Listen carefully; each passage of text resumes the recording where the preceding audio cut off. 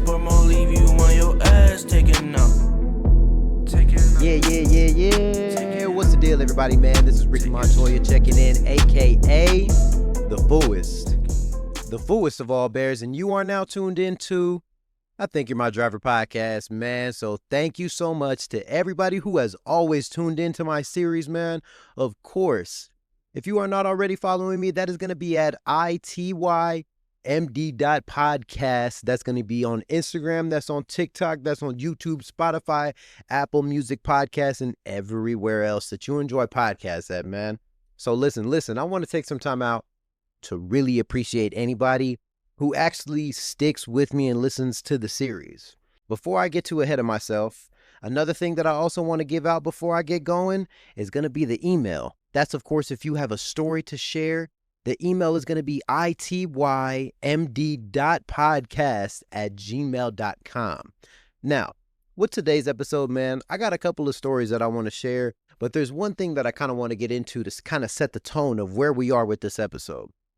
So recently, I actually just got finished rewatching the series Power for, I think this is my third time, if not the fourth. Now, for those of you guys who don't know too much about Power, I'm going to go ahead and give you a little bullet points to kind of let you know of the story that we're following. So, Power is about a character that goes by the name Ghost, otherwise James St. Patrick. James St. Patrick is a guy who grew up, who ended up scaling a business to, own a laundromat and a nightclub. Show starts out with Ghost owning this nightclub and him trying to basically balance the life of being a nightclub owner and one of the biggest drug dealers in New York City. Now, with power like this comes great responsibility. Ain't that right, Spider-Man? But the one thing that is going to get in the way is the life that he is trying to escape, which is the drug game.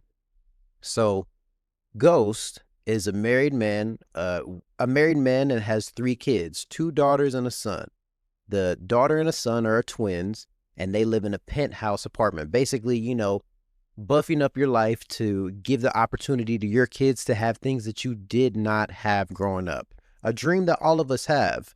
But I think one thing that you fail to realize is that just because you take your kids out of the environment that you grew up in, when you are still attached to some of the activities from that environment, you never really took them out of the environment to begin with. So, with that being said, we get into the show a little bit more, and we start to learn about another character by the name of Kanan, who Ghost and his wife Tasha conjured together an idea to get Kanan sent off to prison, and he just came home after doing 10 years. Within the 10 years, he's trying to figure out revenge on how to get back on Ghost because he knew that him and Tasha set him up. So what he did is he decided to go after Ghost's son, Tariq, to find out that Tariq does not like Ghost because Ghost stepped out on their mom, aka his wife, Tasha, on a high school sweetheart of his because she walked into the club, Truth, on opening night. Basically rekindled everything that he was looking for in this escape, how he's trying to get out of the drug game. Now, as the show goes on, we begun to realize that, of course, that does not work out. You cannot be a nightclub owner and run one of the biggest drug dealing operations over an entire metropolitan city. Now, of course, this is a fictional show, but what is so great about 50 Cent is the writing that he put into the show and all the producers and everything that he's put into this. Because as the show progresses, with Ghost deciding to step out on Tasha, once he stepped out on Tasha, what began to happen is there was a divide within the family, and he was not home as much. He was getting hotels, which ended up to the point of him asking for a separation to go and move in with Angela. So over time, of course, that carries into whatever it does. And at a certain point, Tasha gets flustered and completely over it, and she wants a divorce, wants out. Ghost agrees to the divorce. They go through the whole process, and what ends up happening is a lawyer that they had later on in the show ends up getting killed by Ghost's best friend, Tommy. And when Tommy killed the lawyer was staying at the penthouse that they were living in at the time. And this is about season 4 for those of you guys who haven't watched. Now, with that, they can't stay in that penthouse, obviously, because it was completely shot up. So they went ahead and, got rid of it, downsized. Ghost got his own spot, and Tasha ended up getting her own spot. Now, with them being divorced and her requesting for the divorce, apparently there was a piece of their prenuptial agreement that said if Tasha initiates the divorce, she gets nothing. No alimony, no child support, nothing. So she was willing to take that risk because she was so fed up with how the relationship was going. And of course, he's like, I ain't got to give you nothing, whatever. Boom, I'm just going to push you to the side. Now, the funniest shit about it, which is not funny at the same time, is that whenever they did end up splitting everything down and Tasha downsized to an apartment to what she could afford, the apartment wasn't, of course, up to the standards of what the penthouse was. And what was kind of funny is Ghost went to go visit her whenever she moved into the penthouse, and he walks in just like utterly disgusted because he's staying in a nice ass hotel after staying in a penthouse, right? This is what you can afford to live in? Like, you're gonna have my kids here? Like, what the hell? And she's like, oh yeah, great. I'm sorry, Ghost, because you're also not helping me out. So, funds are kind of limited around here. And that part was hilarious to me because it reminded me of the story that I ran into whenever I had a passenger once, bro. So one time around like the summertime, this was probably about 2 or 3 years ago, pick up the guy in Moore, he gets in the car, he introduces himself. I'll say, oh man, nice to meet you, man. My name's Ricky. And, we get to having a little conversation. So basically he gets to telling me about his house because I was like, man, your house is nice as hell, bro. He's like, oh man, you like it, man? I've been living here for a couple of years and, it's very quiet here. And he was like, it was really nice whenever, my wife and I were still together. But, we got divorced or whatever the case. And he was like, nah, I got to pay for her whole life. And I was like, wait, what do you mean? And he was like, well, my wife and I were together for some years and we ended up having 2 kids. He was like, of course, like how relationships can get, things got rocky over time. And we decided that, hey, maybe it's time for us to split. And what ended up kind of being like messed up is that I was having a good thing going in life. He was like, I basically run a business of, I want to say it was like the Bird or the Lime scooters. And what he does is he essentially runs one of those charging hub facilities. So he basically owns a business that sends out people on trucks and vans to just go retrieve all of the Lime scooters around the city to bring them back to him, charge up, and then he sends those same drivers to go and deliver them elsewhere. So, it's a pretty practical business. And he basically was telling me that as he was scaling this business and it got to a really, really good point to where he was able to buy that big ass house and like get himself to a really good spot, that's when things started getting really rocky.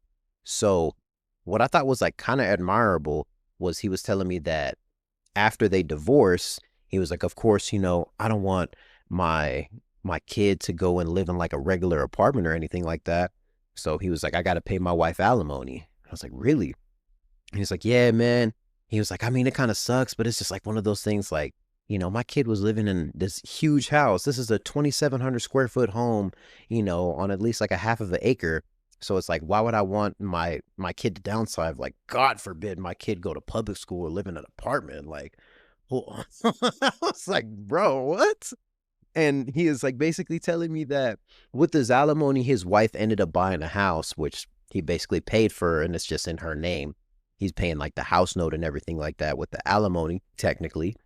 And he's like, yeah, man. He's like, sometimes, she'll like ask me for more money. He was like, cause with the alimony, she basically doesn't have to work. So, she has the opportunity to kind of relax. He's like, every once in a while, when I'm having a really good month, she'll check in with me and then ask me for more money. And, of course, naturally, I'm like, no, I'm not giving you more money. And he was like, she knows how to get me though. I'm like, what do you mean? He literally told me that whenever he gives pushback about giving her money or more money from what the alimony provides, that should be like, you know what? It's fine. It's like, I'll just go ahead and just sell the house and me and the kids will go and get a 2-bedroom apartment over there and like on this side of Oklahoma City. He's like, oh, God forbid, no. He's like, you know what? Here you go. like in Goodfellas, how he was just literally just offering up his wife like $2 million just in case if she were to leave him. Like it was almost like that, but like like he was the ATM to her because he was like, no, I don't want my kid living regular. Like, come on, bro. Ain't nothing wrong with a little bit of a free lunch, man. I guarantee you the school that your kids go to, they got a free lunch program there as well. But you know what? I digress, man. It was just like a funny thing, like thinking about it, because one of the funny things that I did not know this about Alimony, he was running me up to speed that when it comes to you paying alimony and paying child support and anything of that such, the agreement is valid until the partner receiving alimony was to get married. And I was like, really? He was like, yeah, that's pretty standard when it comes to like things of alimony. He's like, anytime the other person is receiving those payments, they want to continue to receiving the payments as long as possible so they never get married ever again. And I was like, dang, man, I didn't even know that was a thing. Like, that's hilarious. And I was like, I guess I'm a bad person because, like, I would have introduced her to somebody and, like, made it seem like I wasn't the one who set it up to be like, oh, what? Like, you guys know each other? Man, that's awesome. Like, how long has you guys known each other? And I start, like, hyping them up to each other to be like, hey, man, you should push up on her. Or telling her, it's like, man, so how did you meet him? And, you know, getting, like, really interested in stuff like that to just, like, get the details. Because, like, oh, you should pursue that. And kind of just, you know, play both sides of the fence to kind of just push them closer and closer together. Because the closer it comes together, the closer I can get rid of that damn payment. I mean, you know, like I said, that was from a younger perspective, you know, coming from like immature mindset. It's completely understandable for you to think about that. But, you know, like I say, in hindsight, I can completely understand where he was coming from of not wanting his kids or his wife to have to basically spew the information because he's not supporting her to maintain this life that he gave the kids and the family together. So it was like something to where doing this Lyft and Uber, you kind of get like a different way of thinking because your perspective is going to change based off of the glasses that you wear, bro. And sometimes you got to see things from other people's perspective, which is a great skill that you can really utilize well if you are to drive Lyft and Uber, is just being a really good listener. Because me personally, bro, I was actually talking to my wife about this the other day. I'm like a visual learner. And when I say like a visual learner, like if there's a skill that I need to learn, or if I'm going through training of a new job or anything of that sort, I can watch a video and grasp the concept of it, but I'm not going to be able to like do it to the fullest. But, you know, of course, with practice and repetition, you know, you can build a skill, build a talent, or whatever the case. But I also have that same mind frame as far as like a visual learner when it comes to like watching other people talk about stuff or enlighten or educate. So one of the things that I've kind of grown a love-hate relationship for is this podcast that's called The Financial Audit. Now, The Financial Audit is hosted by a gentleman by the name of Caleb Hammer. At first, hear me out. At first, you're going to kind of get annoyed of his voice because I got annoyed of it right off the bat. I was like, man, turn this shit off. Like, I'm telling my wife, why do you even watch this? This guy's annoying. This guy's this guy is that. You know, basically having every complaint under the sun. But as I kind of started to get this chip off of my shoulder and just like chipping away at little pieces of my ego that I needed to grow out of, I learned that watching a lot of this podcast, because what he does is he brings people on his podcast to talk about their finances and the way that they spend money, where they put their money at, and basically puts it in a percentage category to what you should be doing and how much money is going elsewhere. As he phrases, money to bullshit. He goes, you know, taquitos and soda or whatever the case, however he says it. They basically call him the millennial Dave Ramsey, because for those of you guys who are familiar with Dave Ramsey, he back in like the 2000s and the 90s, he would talk about finance as well, financial literacy. And he has this course that's called Money Matters, I believe. And it's basically him talking about like, you know what? It's not good to have credit. It's not good to put anything on credit.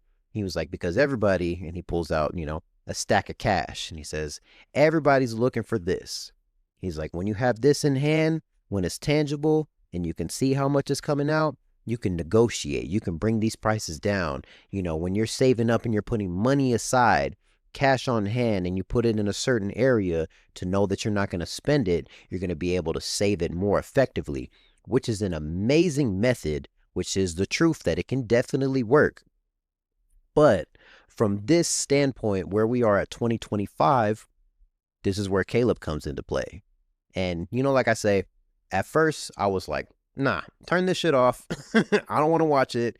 But him going through all these people's finances and like showing like how you spend your money on this, took an opportunity to point some certain event in your life, let's say 2020, for example, to affect you in 2024, 2025. And he basically like holds people accountable, and it kind of gives you that mindset of like, I'm doing a lot of things or putting my money in the wrong places, and I don't realize what the cost of this is in the long term, because a lot of us deal with this thing that I suffer from as well, which is instant gratification, bro.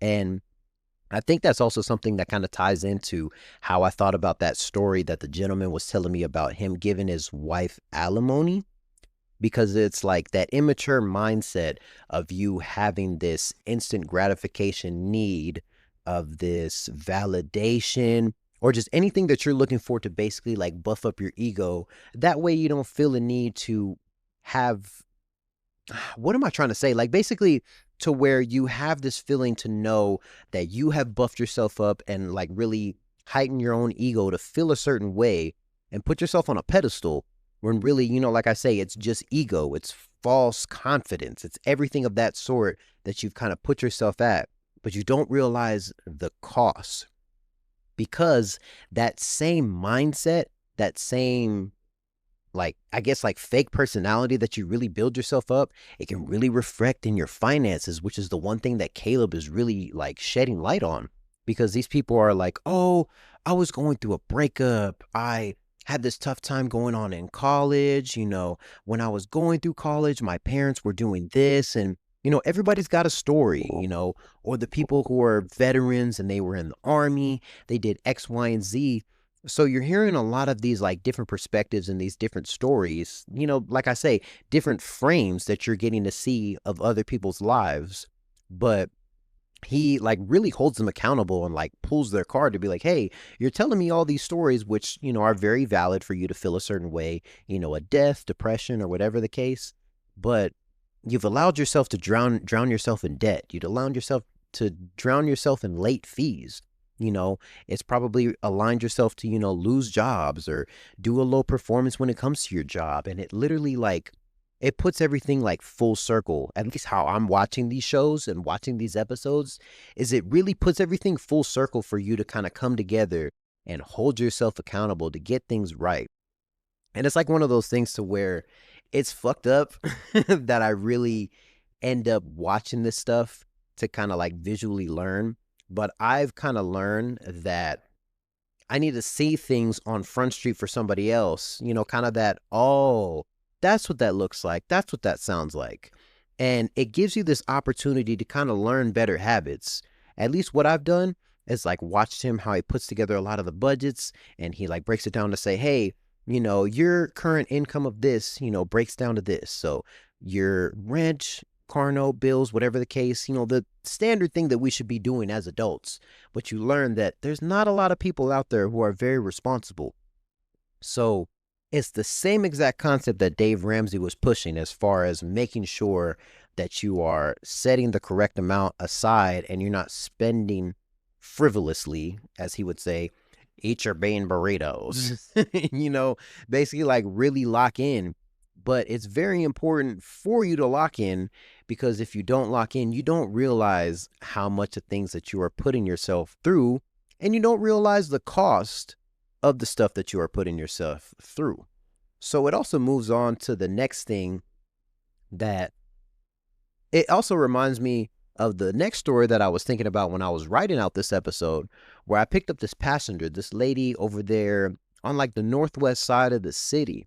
And I picked her up from like this real nice neighborhood. She gets in the car, like I say, I do everything, break the ice. And she gets to telling me about how she was like, man, I'm exhausted. I'm tired. This is just like my escape. I'm going to do like a quick errand so that way I can, get myself realigned. And so I was like, oh, okay. I'm like, so, what's got you feeling so tired? And she's like, man, like I'm a stay-at-home mom. She was like, my baby is, I think the baby was probably about like 6 to 9 months or something like that, somewhere within that range. And she's like, being a stay-at-home mom, you know, it's just you and the baby until your husband gets home. And she's like, my husband is so great. He takes over and, gives me my time to have my breaks. But she's like, whenever I'm here all day, I don't have a break whatsoever. So she's like, he's home right now, being that it's the weekend. So I'm taking the opportunity to kind of step outside and, run an errand. And she's like, of course, she's like, when we get over there on the stoplight, you're going to turn left and it's going to be like the second entrance on the right because we're going to that liquor store. I was like, I'm like, you really talked this up like you were like doing something very productive just to be like, going to the liquor store. And I was like, okay. And she's like, yeah, like, she's like, listen, doing this mom stuff is so tough. And she's like, my husband, he really doesn't like whenever I'm drinking. But man, she's like, does it take the edge off for me to take a little sip of some Tito's, take a sip of some tequila, some wine, basically give yourself that opportunity to reset. She's like, nothing's better than finally getting the opportunity to reset with a good old bottle of wine. And she's like, I'll be right back. She's like, are you sure you don't want to drink or anything like that? And I'm like, no. Like, I don't drink. So I'm like, you know what? I'll pass. I appreciate it. Like, I got a water. It's cool. But thank you, though. So she goes in the store. She comes back out. And she comes out, with the little alcoholic bag like you see in the movies and shit like that. And she's like, oh, thank you so much. So what about you? She's like, enough of me. Like, are you a parent? No, I was like, I actually am. I was like, I'm a dad. Yeah, I have a daughter. Like, I think she was about to turn 2 at that time. And she's like, oh, that's cool. And she's like, are you and the mom still together? And I was like, oh, yeah, no. Like, that's actually like my wife, because I think we were actually about to get married around this time or something of that sort. I don't know. Anyways, I'm telling her this like, yeah, I have a daughter, this and that. And I was like, but I completely get you on the whole, like, resets and timeout. And I was like, because I had this one point in like the early part, whenever my daughter was a baby, or like whenever my wife was pregnant with her, I was like, every once in a while, you want to dibble and dabble in a little bit of flour. I was like, sometimes it's not as convenient, or you don't want to smell like flour whenever you're around your pregnant wife or you're around your kids. So, we have the convenience nowadays of having a little cartridge, a vape. So I told her, I was like, yeah, I used to cop these little vapes, a little $20-$30, and it's convenient. You got it in your battery pack, you put it in your pocket, you're coming inside, you hit it about 3-4 times. And I'm like, I got some real good power pens, so I'm over here, zooted out of my brain, coming around her, just like, hey, you want some dinner? Like, oblivious to me, just like, and I was like, no, trust me, I completely get you. I was like, and it came to like a certain point to where, I'm like, hey, I've had this for like a couple of days, would you like to indulge, after, the baby was born and everything like that. And, but it was something to where I was like, I'm having a blast. So I'm just like, oh, a little, a little secret, if that's what you want to call it. And I'm like, just like, oh, I'm gonna step outside. I'm gonna step to the bathroom. Oh, I left something in the car, just like, it's just like ridiculous. And I'm like telling her, like, it's just, that little bit of escape. She was like, trust me, I completely get you. She was like, I personally don't smoke, but with this drinking, it gives me a little loose. It gives me this. So I can completely get you when you say that you just want to be able to have that little small release. I was like, exactly. And so at this time, after we're getting towards this tail end of the conversation, I'm about to drop her off at her house, and we pull on her street, and she was like, hey, when we get closer to the house, you don't have to pull up and drop me off in front of my house. You can actually like drop me off like a couple houses down. And I'm like, okay, whatever. And so we get about like 4 houses down, and she's like, yeah, right here should be good. She's like, you can just pull over, park by this mailbox, and I'll get out. And I was like, oh, okay, cool. I'm like, well, hey, it was nice to meet you, nice to talk to you, or whatever the case. And, she's getting out of the car. She's like, yeah, nice to meet you too as well. I hope you have a great rest of your day, handsome. And she closed the door on me, and I was just like, I'm like, you're one of those kind of wives. But you know what, man? It's always just interesting is getting those perspectives from strangers, bro. Because I feel like there's a lot of conversations that happen around the comfort and escape that you find in your life but it's also, like I say, points back to you're doing all this at what cost. But I don't judge at all because, like I say, I'm not a saint myself. And it was just like funny just seeing this from like a couple different perspectives because that's not the only passenger that I picked up who was drinking in secret. Not to be a little, cheese mosa here, but I'm gonna go ahead and spill the beans for old Peter. So I used to pick up this dude kind of around the same area where I dropped off this same lady. So this guy, he was like an older gentleman in like his 60s, and he was a retired U.S. Army veteran, or maybe no. He was a retired Army veteran. So I picked up this dude, and he gets in the car, and he was a super, cool, easygoing guy.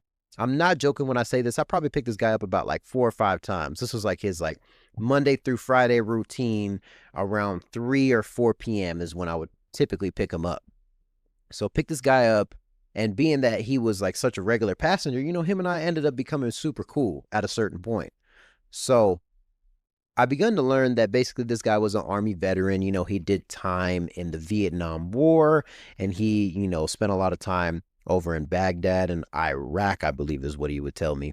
And he's, just telling me all these stories about deployment, how he went like straight out of high school, and how he has kids who weren't able to be sufficient parents to support the kid. So he ended up taking in his grandson. And I'm like, oh, cool. That's really honorable, man. And so I'm like, asking him, like, so how's that going? Being that his parents aren't sufficient enough to do that. And he's like, you know what, man? It's actually pretty good. He's like, he's doing very well. He's in high school. He's going through this. And he was like, and want to know what's even cooler? I was like, what's cool? He's like, I got him to commits, and he is going to sign up and go to the military, to the Army branch, man. He was like, look at that, just making grandpa proud. I was like, man, that's really cool, man. He was like, oh, is it, man? And driving down the corner, a little 5-minute drive, and we pull up into another liquor store. And he's like, well, hey, man, I'll just be right back, man. He was like, just hold that thought. And so I'm just like, okay. And like I say, this was like a Monday through Friday thing. I picked him up pretty regular, man. I want to say I probably picked him up about 4 or 5 times, and he kind of told me the same story, but would just, add little bullet points on as, the more that I'll pick him up, since I was very consistently picking him up, man. And he gets back in the car, and he doesn't have the bag. He, keeps the shit in his pocket. He used to hop out with basketball shorts. I'll never forget this. He was like one of those typical old white men, walking around with like basketball shorts, a plaid button up that's short sleeve with a wife beater on under, and a dad hat, like one of those like veteran, or like the khaki with the brown brim. Like, you see, and you catch my drift and see where I'm going, and kind of probably picture what this guy looks like. So gets back in the car, and he's just like, yeah, man. And, he was like, the one thing that I think is like super, super honorable is that just like watching my grandson grow and like taking him in at a very unfortunate time. But he's like, he's just really impressed me and growing into be like a great, incredible young man that I can really admire. And he's like, I think it's just very important to have good parents or good supporting grandparents that can really motivate you and make sure that you're staying on a really good path in life, man. And he was like, I mean, I'm not saying that I turned out amazing, but I think I made some pretty good choices and, devoted my life to the Army. So I'm living off of retirement. And he was like, and on top of that, he was like, my parents left me a good sizable life insurance policy whenever they passed away. And he was like, so I guess I meant something to them. And he always tied this in to tell me about how much he was going to tip me. He was just like, my parents left me X amount in a life insurance policy. He was like, so that's what pays for these Lyft rides. He was like, honestly, like, this little ride cost me what, like $9? He was like, so it's not going to hurt me to take $20 out of a $500,000 insurance bond that's been paying me out all this time. I'm just like sitting here thinking about it like, man, I love that you can appreciate love and kind of just find a way to make it just like money that you're using, disposable income or whatever the case. But it's just like, like I say, at what cost? Because he literally, bro, he would tell me this, and just like the previous passenger, he would be like, you know what? Do not drop me off in front of my house. There is a playground about 6 spaces down from my home. So you could just drop me off right there and I'll walk the rest of the way. And I'm just sitting here thinking about like, man, this is such an honorable guy. You know, I'm not saying everybody's a saint and I'm not judging anybody for their choices just because I don't drink. But it was like so funny to me, like thinking about like, damn, could you imagine like getting home from school, going down the school bus and come around the corner by the playground where like all my little brothers and sisters always play over there, and I'm passing by and see this 64-year-old man chugging a little fifth on the red slide. Like, it's just like, there's a bigger picture here that I think a lot of us are kind of missing here. And that's where I say like the visual aspect of your education means way more than anything that somebody has instructed you to do, because other people are examples that either you should live by or avoid to be around at all costs. So it kind of just ties in with everything that I literally have been talking about, all the way up until me referencing power, because like I was talking about with the recap of Power starts out with, you know, James introducing himself as this club owner who lives a double life of being a drug dealer over this huge network in New York. And being that he's moved into this more upscale business of running a very upscale club, I think it was in upstate New York as well, to where he's having to put himself in different spaces, and he's able to, how could you say, able to toggle between the personalities of Ghost and James. But at a certain point, you know, you start to realize that because of the people that you surround yourself, you can think that you're pushing yourself out of this life, but because you have 1 foot in and 1 foot out of where you are, these people are always going to creep back in through a door that you leave open. And you think that you can control because things are working to your benefit over time because of the plans that you come up with. But at the same time, if you don't shut that door and stop yourself from allowing a lot of that old negative energy that's attached to a bad part of your life or a life that you're trying to grow out of to make things better, bro, things are not going to get better. Things are going to just, you know, be up and down, man. But of course, what goes up must come down. But the thing that you got to learn is on the downtime is that you're reevaluating yourself and constantly finding ways to climb back up and to keep it more of a steadily incline. Because think about it like this. For those people who go to the gym and work out on a regular basis, which I should start wrapping this up here in a little bit. For the people who go to the gym and go on a regular basis, when I used to go to the gym, one of my favorite things to do was to take the Stairmaster. Now, the Stairmaster is a very straight to the point workout machine.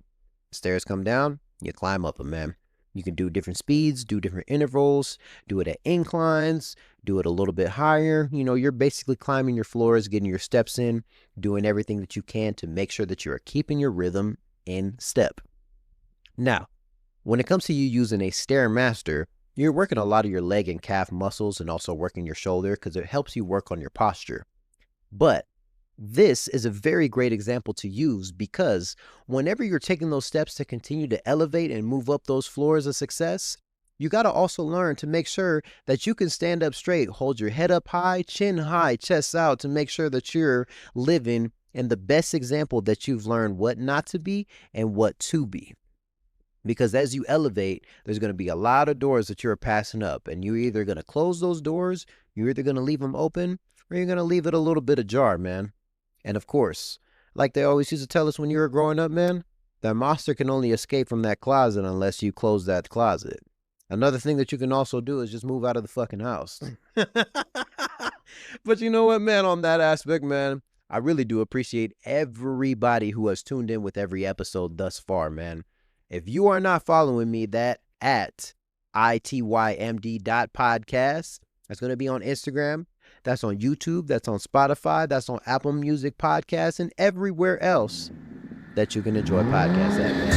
This is Ricky Montoya, a.k.a. the Foo Bear, signing off. I thank you so much for tuning in to my show, man. My shit blasting up. Window tinted, can't get caught. My bitch